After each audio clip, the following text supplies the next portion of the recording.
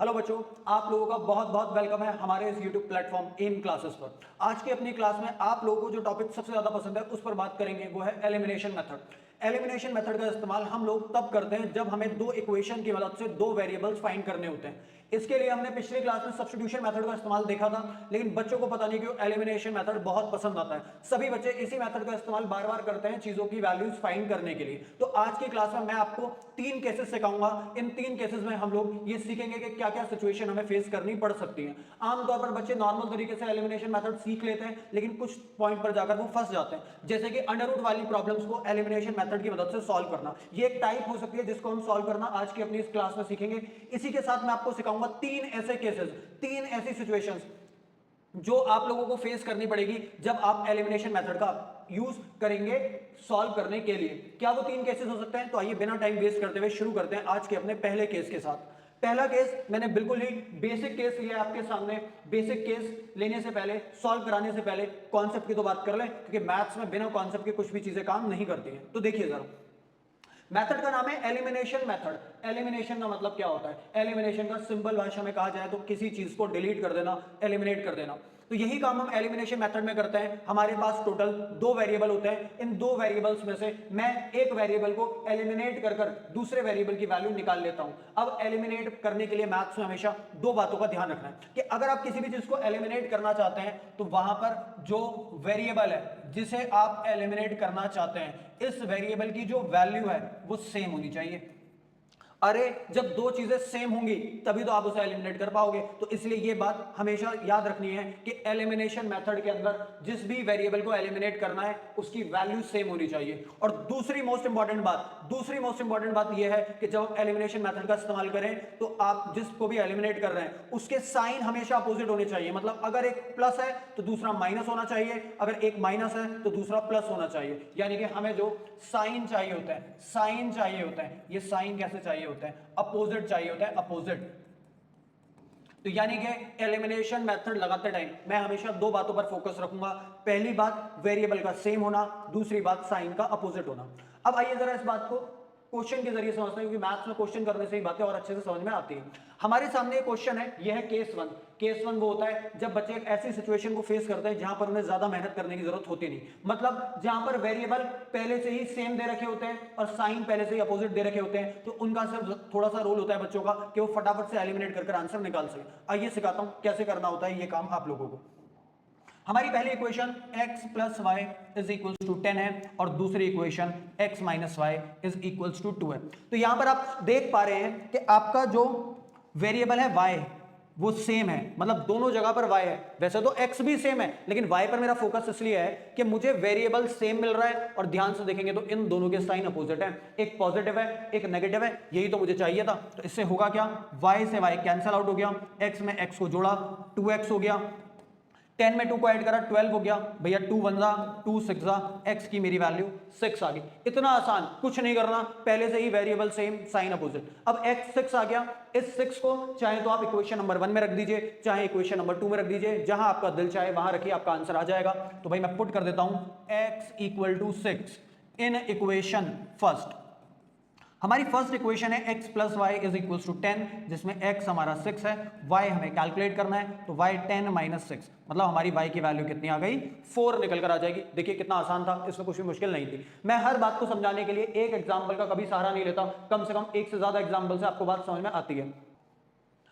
तो इसीलिए मैंने एक और एग्जाम्पल यहां पर बनाया ताकि ये बात आपको और अच्छे तरीके से समझ में आ सके, क्योंकि एक एग्जाम्पल से ज्यादा अच्छे तरीके से चीजें समझ में नहीं आती है। क्योंकि maths is all about practice. हम कितनी प्रैक्टिस कर रहे हैं, कितनी लर्निंग बाय डूइंग पर हम लोगों ने काम किया है।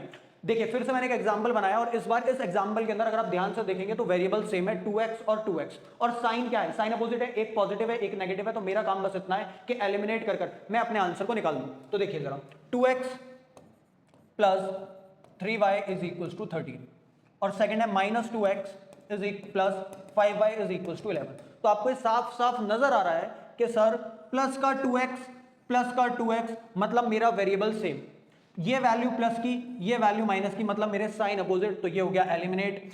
3y में 5y को ऐड करा 8y, ये वैल्यू मेरी 8y आ गई। 13 और 11 को जोड़ेंगे 24, 8 1 जा 8 3 जा, हमारी y की वैल्यू 3 आ चुकी है। अब आप ये बात सीख ही चुके हैं सब्स्टिट्यूशन मेथड में कि एक वैल्यू आ जाए तो इसे रख दो। कहां रखें? या तो फर्स्ट में रखिए या सेकंड में रखिए, जहां पर आपका दिल चाहे वहां पर आप इसे रख सकते हैं। मैं रखता हूं इक्वेशन नंबर 1 में, तो पुट कर रहा हूं y equal to 3 in equation number 1, जो कि है 2x plus 3y is equal to 13। हमने हमारी y की वैल्यू 3 निकाली है, तो भाई y की जगह पर मैं 3 रख देता हूं। तो 2x इक्वल टू 3 3 9, उधर जाकर माइनस हो गया, 13 में से 9 गया 4, 2 1 2 2 हमारी x की वैल्यू निकलकर कितनी आ गई? यहाँ पर 2 निकलकर हमारी x की वैल्यू आ जाएगी। आई होप अब आपको ये बातें समझ में आ रही होंगी कि आखिर केस 1 किस तरीके से काम करता है। अब चलते हैं अपने केस 2 की तरफ। देखिए जरा केस 2 के एग्जाम्पल को। केस 2 में हम एक ऐसी सिचुएशन के साथ डील करते हैं कि जहां पर हमें वेरिएबल तो सेम मिल जाते हैं लेकिन साइन भी सेम मिलता है, मतलब साइन तो अपोजिट चाहिए थे लेकिन ये आपको साइन सेम देते हैं। तो अब आपका थोड़ा सा काम ये बढ़ गया कि आपको साइन बदलने हैं यहां पर। तो देखिए आप किस तरीके से करेंगे इसे, तो मैं लिखता हूं आपके सामने इक्वेशन को। 2x plus y is equal to 16 and 2x plus 3y is equal to 24। तो आप एक बात ऑब्जर्व कर पा रहे हैं कि सर यहां पर दोनों बार 2x और 2x का इस्तेमाल हुआ है, मतलब मेरा वेरिएबल जो है वो सेम है लेकिन साइन तो मुझे अपोजिट चाहिए। लेकिन अब ध्यान से देख रहे हैं तो दोनों साइन प्लस के हैं, तो ये अपोजिट तो नहीं है। तो अब मेरा थोड़ा काम बढ़ गया, ये दोनों ही प्लस के साइन है यहां पर, तो मैं यहां पर एक इस साइन को प्लस नहीं माइनस चाहता हूं, माइनस। तो मैंने प्लस को माइनस में बदल दिया। अब जब भी मैं किसी भी इक्वेशन में कोई बदलाव करता हूं तो इक्वेशंस जो होती हैं वो बैलेंस होती हैं, लेकिन जैसे ही मैंने अपने मन से किसी एक चीज को बदला तो मैंने बैलेंसिंग को अनबैलेंस कर दिया। अब इसको जब मैंने अनबैलेंस करा है तो वापस से बैलेंस भी तो मैं ही करूंगा। कैसे करते हैं बैलेंस? आइए जरा सुनिए। अगर आपने इस एक प्लस को माइनस बनाया तो आपकी जिम्मेदारी है बाकी के साइंस को भी बदलिए, मतलब प्लस की जगह माइनस, प्लस की जगह माइनस। और याद रखिए अब आपने जब सारे साइन बदल दिए तो अब पुराने वाले साइन किसी काम के नहीं है, नए वाले साइन काम के हैं। मतलब ये प्लस अब काम का नहीं रहा, ये प्लस अब काम का नहीं रहा, ये प्लस अब काम का नहीं रहा। मतलब अब ये जो नए साइन मिले हैं यही हमारे लिए अब काम करेंगे। तो इसका मतलब ये 2x पॉजिटिव और ये 2x कैसा? नेगेटिव, कट गया। ये y पॉजिटिव और ये 3y नेगेटिव, तो आप समझ रहे हैं माइनस का 2y बचेगा। और यहाँ 16 पॉजिटिव 24 नेगेटिव, तो माइनस का 8 आएगा। माइनस से माइनस काट दो, 2 से 8 को उड़ा दो, y की वैल्यू आपकी 4 आ गई। अब y की वैल्यू 4 कहाँ रखोगे? तो बहुत बार बता दी, जहां दिल चाहे बेटा वहां रख लो। तो इसे रख दीजिए इक्वेशन नंबर, मैं तो रख रहा हूं 1 में, 2x plus y is equal to 16। ठीक है, y की वैल्यू हम लोगों ने 4 निकाली है, रख दो y की वैल्यू 4, 4 उधर जाकर माइनस हो गया, तो 2x is equal to 16 minus 4 is 12। Cancel करेंगे, x की वैल्यू हमारी 6 निकल कर आ गई। तो देखिए इतना आसान होता है एलिमिनेशन मेथड का इस्तेमाल करना, इसीलिए बच्चों को ये बहुत पसंद आता है। और जैसा कि मैंने कहा एक एग्जाम्पल से बात नहीं बनेगी, तो चलते हैं अपने नेक्स्ट एग्जाम्पल की तरफ। तो इसी केस पर हमारा अगला क्वेश्चन आपके सामने है, तो आइए जरा इस क्वेश्चन को सॉल्व करते हैं, देखते हैं आखिर इसमें क्या करना है। तो आपको ठीक ठीक नजर आ रहा है यहाँ पर कि यहाँ पर हमारा √7y और √7y यानी कि वेरिएबल सेम है। लेकिन प्रॉब्लम क्या है, वेरिएबल सेम होने के साथ साथ दोनों का साइन नेगेटिव है, मतलब वेरिएबल तो सेम है लेकिन साइन भी सेम है। और आपको ये बात पता है एलिमिनेशन मेथड के अंदर साइन अपोजिट चाहिए होते हैं। तो अब हमें क्या करना होगा, आइए देखते हैं। तो √5x minus 7y is equals to -10 and 10x minus 7y is equals to 15। तो यहां पर मुझे साइन बदलना पड़ेगा क्योंकि मुझे अपोजिट साइन चाहिए थे, तो इस माइनस को मुझे प्लस बनाना पड़ेगा। अब मैंने अगर एक साइन को बदला, इसका मतलब मैंने इक्वेशन को अनबैलेंस कर दिया। यानी कि अगर इक्वेशन अब अनबैलेंस हो गई तो उसको बैलेंस कौन करेगा? हम ही करेंगे। तो आइए किस तरीके से करेंगे, अगर आपने एक साइन को बदला है तो आपको बाकी के सारे साइंस भी यहां पर बदलने पड़ेंगे। तो ये जो पॉजिटिव है इसको बदलकर नेगेटिव बनाना पड़ेगा और इस पॉजिटिव को भी बदलकर नेगेटिव, यानी कि अब ये पुराने वाले साइन काम नहीं करेंगे, अब ये नए वाले साइन यहां पर काम करेंगे। बेसिक सा मतलब ये है। तो अगर 5x में से 10x चला गया तो माइनस का 5x बचा, क्लियर। नेगेटिव का 7y पॉजिटिव का 7y कैंसिल हो गया, माइनस माइनस आप सभी जानते हैं प्लस होगा, तो माइनस का 25 हो गया, माइनस से माइनस कैंसिल आउट, यानी कि 25/5। तो यहां पर हमारी x की वैल्यू 5 आ जाएगी। अब हमें x की वैल्यू 5 मिल चुकी है। अब आपको ये बात पता है कि जब x की वैल्यू आ जाए तो इसको या तो इक्वेशन 1 में या इक्वेशन 2 में पुट कर हम y की वैल्यू कैलकुलेट कर लेते हैं। हमारी जो नेक्स्ट इक्वेशन है वो है 5x minus 7y is equal to -10। अब भाई मैंने x यहां पर कितना निकाला है, तो x मैंने 5 निकाला है, रख दीजिए। इसको 5 रखोगे तो भाई कितना हो जाएगा, 5 5 25 होता है, -7y इज इक्वल टू -10। भाई माइनस इधर छोड़िए, 25 उधर जाकर नेगेटिव हो गया, तो माइनस का 7y माइनस का 35, माइनस से माइनस उड़ा दिया, 7 से 35 को काट दिया, यानी कि y की वैल्यू भी 5 आ गई। इसका मतलब इस क्वेश्चन का x भी 5 था, y भी 5 था। आई होप आपको ये क्वेश्चन का सॉल्यूशन समझ में आया होगा। तो केस 1 और केस 2 यहाँ पर कंप्लीट हो गया। केस 1 वो केस था जिसमें हमें बिल्कुल भी मेहनत नहीं करनी पड़ रही थी, मतलब हमें वेरिएबल तो सेम मिल रहे थे, साथ ही साथ वेरिएबल सेम होने के साथ ही साथ हमारे जो साइन थे वो अपोजिट होते थे, तो हमें ज्यादा मेहनत करने की जरूरत नहीं होती थी। यहीं पर केस 2 में हमने देखा कि भाई हमें वेरिएबल तो सेम मिला, लेकिन उसी के साथ हमें साइन भी सेम मिल गया, तो हमें ये मेहनत करनी पड़ी बस छोटी सी कि हमें साइन को अपोजिट बनाना पड़ा। अब चलते हैं केस 3 की तरफ, last case of elimination method. एक ऐसा केस जहां पर हमें वेरिएबल सेम नहीं मिलेंगे, हमें वेरिएबल को खुद से सेम करना होगा। तो आइए जरा सीखते हैं कि वेरिएबल खुद से सेम कैसे करते हैं हम लोग। तो हमारी पहली इक्वेशन, अच्छा सेकंड इक्वेशन को थोड़ा सा ठीक कर देते हैं भाई। यहां पर हम लोगों ने 5y लिख रखा है, आप जानते हैं दोनों y नहीं होंगे, यहां पर 5x आएगा। अब देखिए यहां पर आपको ध्यान से समझना है, यही एक वो केस है जिसमें बच्चों को सबसे ज्यादा परेशानी हो सकती है, हालांकि ये भी आसान होता है। तो करना क्या है, पहले आपको अपने आप ये डिसाइड करना है कि आप कौन से वेरिएबल को सेम करना चाहते हैं। क्या आप x को सेम करना चाहते हैं या आप y को सेम करना चाहते हैं। मान लीजिए अगर आप x को सेम करना चाहते हैं तो यहां पर बस आपको इतना काम करना है कि यहां पर आपको 3 नजर आ रहा है, यहां पर 5 नजर आ रहा है, यानी कि जो कोफिशिएंट ऑफ x है दोनों इक्वेशंस के अंदर अलग अलग है, और मैं इसे सेम करना चाहता हूं।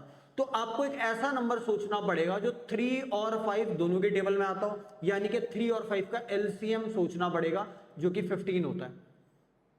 तो हम एक काम करते हैं, दोनों ही नंबर को जो आपस में सेम नहीं है उसको किसी और नंबर में ट्रांसफॉर्म कर देते हैं ताकि वो सेम हो जाए। तो मैं एक काम ये करता हूं कि पहले वाली इक्वेशन की मल्टीप्लाई 5 से करा देता हूं, दूसरे वाली इक्वेशन की मल्टीप्लाई 3 से करा देता हूं, क्योंकि मैंने 15 बनाना चाहता हूं दोनों को ही। तो सिंपल आपको एलसीएम ढूंढ लेना है इन दोनों नंबरों का। अगर आपको इस तरीके से बात समझ में नहीं आ रही है तो आप सिंपल ये कर सकते हैं कि जैसे यहां 5 लिखा हुआ है तो पहली वाली इक्वेशन की 5 से मल्टीप्लाई, जैसे यहां पर 3 लिखा हुआ है तो दूसरी वाली इक्वेशन की 3 से मल्टीप्लाई, इस तरीके से भी कर सकते हैं। लेकिन ये ना थोड़ा रट्टाफिकेशन हो गया, चीजों को रटना हो गया, तो रटना नहीं, समझिए। एलसीएम देख लीजिए ना कि भाई 3 और 5 का एलसीएम 15 होता है, तो इसका मतलब दोनों नंबरों को 15 बनाना है, तो ऊपर 15 बनाने के लिए 5 से और नीचे 15 बनाने के लिए 3 से। अब आपको ये बात पता है कि हम कॉन्सेप्ट ऑफ बैलेंसिंग पर काम कर रहे हैं। इसका मतलब ये हुआ कि हर इक्वेशन में जब मैं मल्टीप्लाई करा रहा हूं तो सिर्फ एक पार्ट की मल्टीप्लाई नहीं कराऊंगा। अगर एक की मल्टीप्लाई कराई तो हमारी इक्वेशन अनबैलेंस हो जाएगी, मुझे पूरी इक्वेशन की मल्टीप्लाई यहां पर करानी पड़ेगी। तो आइए जरा कराता हूं, 3 की 5 से कराऊंगा तो 5 3 ये हो जाएगा हमारा कितना 15x। फिर 7 की 5 से कराऊंगा, 7 5 35y। फिर 27 की 5 से कराऊंगा तो आ जाएगा 115। ठीक है, 115 नहीं सॉरी, ये आ जाएगा 135। ठीक है, क्लियर है यहां तक। अब आइए सेकंड पर। सेकंड में आपको 3 से कराना है तो 3 5 15, 3 4 12 एंड 22 3 66। तो अब आइए आप एक बात देखेंगे कि जैसे ही आपने वेरिएबल को सेम करा, तो जैसे आप वेरिएबल को सेम करेंगे तो आप वापस से या तो केस नंबर 2 या केस नंबर 1 पर पहुंच जाएंगे। दोनों जगह पर 15 और 15 सेम है और साइन भी यहां पर सेम है, और साइन तो मुझे अपोजिट चाहिए, तो बदल दो ना, यहां प्लस को माइनस बना दो। अभी तो केस 2 में सीखा था, तो ये प्लस भी माइनस, ये प्लस भी माइनस, तो आप जान रहे हैं ये तो हो गया हमारा कैंसल आउट। 35 में से 12 माइनस करिए, 23 ऑफ y, यहां से आप माइनस करेंगे तो आप 15 में से 6 जाएगा 9, यानी कि 69। और अगर 23 की टेबल से आप 69 को काटेंगे तो y की वैल्यू हमारी 3 आ जाएगी। इसके बाद आप जानते हैं कि y की वैल्यू 3 को या तो इक्वेशन 1 में पुट करेंगे या इक्वेशन 2 में, आपकी x की वैल्यू आ जाएगी। तो यही केस वो केस है जिस पर आपको ज्यादा अच्छे से चीजें समझनी है, क्योंकि यहीं पर आप गड़बड़ करेंगे। पहले दूसरे केस में ऐसी कोई मुश्किल बात नहीं है। हाँ ठीक है, तो यहां पर भी ऐसा कुछ मुश्किल नहीं है, नॉर्मल सी बात है कि हम जिस भी वेरिएबल को सेम करना चाहते हैं तो उसका एलसीएम निकालकर उसको सेम बनाकर मल्टीप्लाई कर लेंगे और फिर नॉर्मल केस 1 केस 2 की तरह उसे हम लोग सॉल्व कर देंगे। आइए अब चलते हैं इसी के एक और पार्ट की तरफ। मैंने कहा ना हर केस के 2 एग्जाम्पल कराऊंगा ताकि आपको बातें अच्छे से समझ में आ जाए। नेक्स्ट हमारे पास क्वेश्चन नंबर 6 है। अब देखिए यहां पर मैंने एक चीज आपको ये सिखाई कि जरूरी नहीं है कि हर बार आप दोनों की मल्टीप्लाई करें, एक की मल्टीप्लाई कराकर भी काम चल सकता है। जैसे कि अगर आप यहां देखें तो जैसे आपको यहां दिख रहा है 7, इस जगह पर, और यहां पर आपको दिख रहा है 21, और आप ये जानते हैं कि 7 की टेबल में 21 आता है, मतलब मैं 7 को 21 बना सकता हूं। तो इससे आसान बात क्या है, 7 को 21 बनाने के लिए इस इक्वेशन की मल्टीप्लाई 3 से करनी पड़ेगी। तो देखिए 7 की 3 से कराओगे तो 7 3 जा 21x, 11 3 जा 33y एंड 83 3 जा 249। सेकेंड इक्वेशन में आपको कुछ भी नहीं करना, क्योंकि आप जान गए सेकेंड इक्वेशन में कोई भी काम नहीं करना है, क्योंकि वो पहले से ही 21 वहां पर मिल रहा है। तो आपको दो चीजों पर ध्यान रखना है। पहला क्या, जैसे 3 और 5, क्या मैं मल्टीप्लाई कर 3 को 5 बना सकता हूं? बिल्कुल भी नहीं। क्या मैं 5 को किसी नंबर से मल्टीप्लाई कर 3 बना सकता हूं? बिल्कुल नहीं। तो आप एक काम करिए ना, आप एक ऐसा नंबर सोचिए, मतलब 3 को 5 नहीं बना सकते, 5 को 3 नहीं बना सकते, तो इन दोनों को कुछ और बना दीजिए। तो मैंने इन दोनों को 15 बना दिया, यहां पर इस तरीके से काम चल गया। और यहां पर क्या किया, 7 और 21, क्या 7 को 21 बना सकता हूं? बिल्कुल बना सकता हूं। 7 21 कैसे बनेगा? 7 21 बनेगा जब आप 7 की मल्टीप्लाई 3 से करा दोगे। तो करा दीजिए ना, ठीक है। तो डायरेक्ट हो गया, कोई परेशानी नहीं है। आप यहां पर एलिमिनेशन लगाइए, अब आपका आंसर आ जाएगा। ये केस नंबर 2 की तरह ट्रीट होगा, यहां पर आप साइन बदलेंगे और सॉल्व होकर आपका आंसर आ जाएगा। तो तीनों केस मैंने आपको अच्छे से सिखा दिए। अब एक टाइप पढ़कर जाइए, केस नहीं टाइप, मतलब अलग अलग टाइप के क्वेश्चंस आते हैं जिसमें बच्चों को जो आमतौर पर दिक्कत होती है वो रूट वाले क्वेश्चन के साथ दिक्कत होती है। जब सब्स्टिट्यूशन मेथड मैंने पढ़ाया तो मैंने बताया कि भाई इक्वेशन को प्रेजेंट करने के बहुत सारे तरीके होते हैं। पहला तरीका होता है नॉर्मल तरीका, ठीक है। वो आप सब्स्टिट्यूशन वाली वीडियो अगर आपने देखी होगी तो आपको पता चलेगा कि भाई बेसिक प्रेजेंटेशन आखिर था क्या, तो उसमें तो कोई दिक्कत थी नहीं। फिर मैंने बताया भाई डेसिमल हो सकता है, फ्रैक्शन हो सकता है, तो उसमें भी आप इक्वेशन को सिंप्लीफाई कर नॉर्मल में कन्वर्ट कर लेते हैं बेसिक टाइप में, और फिर वो हो जाएगा। लेकिन रूट वाला एक ऐसा केस होता है जिसमें एलिमिनेशन बच्चों को लगाना बड़ा मुश्किल पड़ता है, ठीक है, क्योंकि वो कॉन्सेप्ट को ध्यान से समझते नहीं है। तो इसीलिए ज्यादातर बच्चे सब्स्टिट्यूशन से ही रूट वाले क्वेश्चन को सॉल्व करते हैं। तो आज की क्लास में देखेंगे एलिमिनेशन से कैसे वो सॉल्व होगा।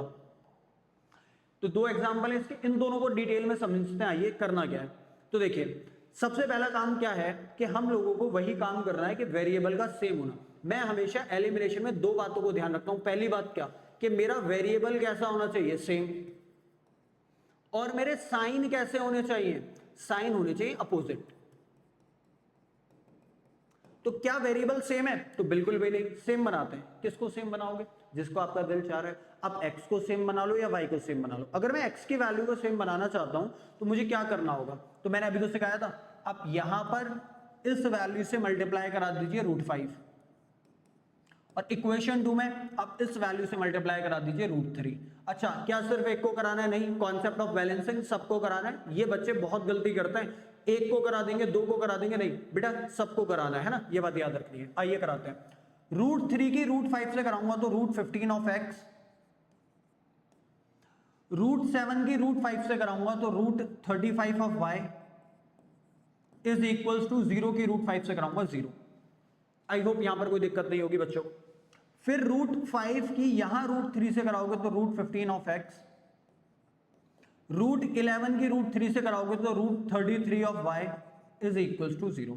अब आपने देखा कि आपका वेरिएबल सेम हो गया, दोनों जगह पर √15 और √15 हो गया, लेकिन साइन भी दोनों के प्लस है, और साइन तो मुझे अपोजिट चाहिए, तो बदल दो ना। इस प्लस को माइनस कर दो, इस प्लस को माइनस, इस प्लस को माइनस, तो भाई same number positive, same number negative cut गया। अब यहां देखिए √35 में से क्या √33 माइनस हो सकता है? तो बिल्कुल भी नहीं होगा। तो इस बात को ऐसे लिखिए, √35y minus √33y is equals to 0। यहां से y कॉमन ले लो तो ब्रैकेट में आ गया √35 माइनस √33 इज इक्वल्स टू 0। ये वैल्यू y के साथ मल्टीप्लाई में तो उधर जाकर डिवाइड में जाएगी, तो हमारा y हो जाएगा y equal to 0 upon √35 minus √33। यही यहां पर काम की बात थी जो याद रखनी थी। 0 अपॉन समथिंग क्या होता है? 0 होता है। तो हमारी y की वैल्यू कितनी निकल कर आ गई? 0 निकल कर आ गई। अब आप जानते हैं जब आपकी y की वैल्यू 0 आ गई तो आप रख दो ना, कहां पर? जिसमें आपका दिल चाहे। मैं इसे इक्वेशन नंबर 1 में रख रहा हूं।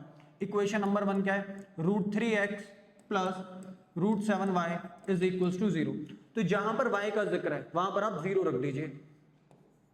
तो भाई √3x into √7 into 0 equal to 0, and 0 into something 0, तो √3x की वैल्यू 0 तो 0/√3, तो x भी 0। और ये बात मैंने आपको सब्स्टिट्यूशन मेथड पढ़ाते टाइम ही बस सिखा दी थी कि अगर कभी कोई क्वेश्चन में दोनों वैल्यूज इक्वल टू 0 डिनोट कर रही हो, मतलब पहली इक्वेशन भी इक्वल टू में 0, दूसरी इक्वेशन भी इक्वल टू में 0, तो इनका आंसर पहले से ही बेटा डिसाइड हो जाता है। क्या डिसाइड हो जाता है कि x और y की वैल्यू 0 आने वाली है। तो ये सेम क्वेश्चन मैंने आपको ना सब्स्टिट्यूशन में भी सॉल्व कर दिखाया था कि सब्स्टिट्यूशन में कैसे सॉल्व होता है, और आज की क्लास में एलिमिनेशन से भी सिखा रहा हूं, क्योंकि मेरा काम आपको रेक्टिफिकेशन सिखाना नहीं है कि आप एक ही तरीके पर मतलब स्ट्रिक हो जाएंगे भाई इसी तरीके से करना है और कोई तरीका नहीं है। तो मैथ्स में ना मल्टीपल तरीके हैं किसी भी काम को करने के, और कॉन्सेप्ट वाइज हमें मैक्सिमम जितने ज्यादा तरीके पता होंगे उतनी बढ़िया बात होती है, उतने ही मेरे कॉन्सेप्ट स्ट्रांग होते हैं और मैं कभी भी चीजों में फंसता नहीं हूं एक जगह पर। अब मैंने ये तो सिखा दिया कि भाई दोनों तरफ 0 हो तो कैसे सॉल्व होगा। मान लो 0 ना हो, आज की हमारी क्लास का लास्ट क्वेश्चन है, जब दोनों तरफ 0 नहीं है कुछ और नंबर से, इनके साथ आप कैसे डील करेंगे। तो आइए जरा इनके साथ मैं आपको डील करना सिखाता हूं। सबसे पहला कॉन्सेप्ट वही है कि आपको यहां पर वेरिएबल सेम करना है। तो अगर आप x की वैल्यू सेम करना चाहते हैं तो क्रॉस में मल्टीप्लाई कराएंगे। जैसे कि यहां √7 है तो ऊपर किससे करा दो, √7 से। जैसे कि यहां √2 है तो नीचे किससे करा दीजिए, √2 से। तो आइए जरा मल्टीप्लाई कराते हैं। √2 की मल्टीप्लाई √7 से कराएंगे तो कितना हो जाएगा, √14x। 3√2 की √7 से कराओगे तो हो जाएगा 3√14y। और भाई देखो इसको मत भूल जाना, तीनों की करानी है, और यहां कराओगे तो हो जाएगा 5√14। कॉन्सेप्ट ऑफ बैलेंसिंग हमेशा ध्यान रखना है। अब देखिए सेम काम सेकंड में करता हूं मैं, सेकंड इक्वेशन में √7 की √2 से कराऊंगा तो √14 ऑफ x। भाई 3√7 की √2 से कराओगे तो माइनस का 3√14 ऑफ y और इक्वल टू माइनस का √14। समझ में आया आप सबको। एक मिनट भाई, एक मिनट इसको थोड़ा इस तरफ शिफ्ट कर लेते हैं ताकि आपको बात अच्छे से समझ में आए। लीजिए अब हमारे पास जब आपको ये इक्वेशन नजर आ रही है तो आपको ये समझ में आ रहा होगा कि यहाँ पर y के जो वेरिएबल है उसके अंदर जो कोफिशिएंट्स है उनकी वैल्यू सेम है, मतलब इसे एलिमिनेट किया जा सकता है, और साथ ही साथ साइन अपोजिट है। ये दो चीजें तो हमको चाहिए होती हैं। तो बस आइए, तो यानी कि इस वैल्यू से ये वैल्यू कट गई। √14 plus √14 is 2√14 of x equal to 5√14 में से √14 गया तो 4√14। और देखिए बड़े दुख की बात है कि हमारी 10th क्लास में बहुत सारे ऐसे बच्चे भी होते हैं जिनका 9th क्लास के कॉन्सेप्ट इतने क्लियर नहीं होते, तो उन्हें ये रूट के नंबर को मल्टीप्लाई करना, सब्ट्रैक्ट करना, ऐड करना नहीं आता है। तो घबराने की बात नहीं है, देखिए अपनी कमियों पर काम करना है। अगर ये चीज किसी भी बच्चे को परेशानी दे रही है तो भाई एक क्लास देख लो ना कि how to add, subtract, multiply and divide उन नंबरों को जो रूट के अंदर होता है। तो कॉन्सेप्ट को क्लियर कर कर चलिए। अब अगर यहां दिक्कत आ रही है तो वो आगे बढ़ेगी ही दिक्कत, तो उसका सॉल्यूशन कर लीजिए ना, पहले ही देख लीजिए ये काम कैसे करना होता है। तो देखिए √14 से √14 घटा, 2 1 जा 2 2 जा, हमारी x की वैल्यू यहां पर 2 निकल कर आ गई। इसके आगे का प्रोसेस आप लोग जानते ही हैं कि भाई x की वैल्यू 2 है, दोनों में से किसी भी इक्वेशन में रखूंगा तो मुझे ये बात समझ में आ जाएगी। क्लियर। तो आपकी y की वैल्यू यहां से निकल कर आ जाएगी। आई होप जो आज की क्लास में आपको सिखाया गया वो आपको समझ में आया होगा। आज की क्लास में हमने डिस्कस किया था कि how to use elimination method, और मैंने उसके 3 केस दिखाए कि भाई अलग अलग सिचुएशन में कैसे एलिमिनेशन मेथड काम करता है, और साथ ही साथ एग्जाम में आने वाला एक ऐसा क्वेश्चन भी सिखाया जो अंडर रूट का था। अब हम लोग मिलेंगे अपनी नेक्स्ट वीडियो में जहां पे हम लोग वर्ड प्रॉब्लम का डिस्कस करेंगे कि वर्ड प्रॉब्लम पेपर में 5 मार्कर आनी तय है, और अगर 5 मार्कर नहीं आती है तो आपको पता है केस स्टडी में वो आती है। तो मिलेंगे अपनी नेक्स्ट वीडियो में।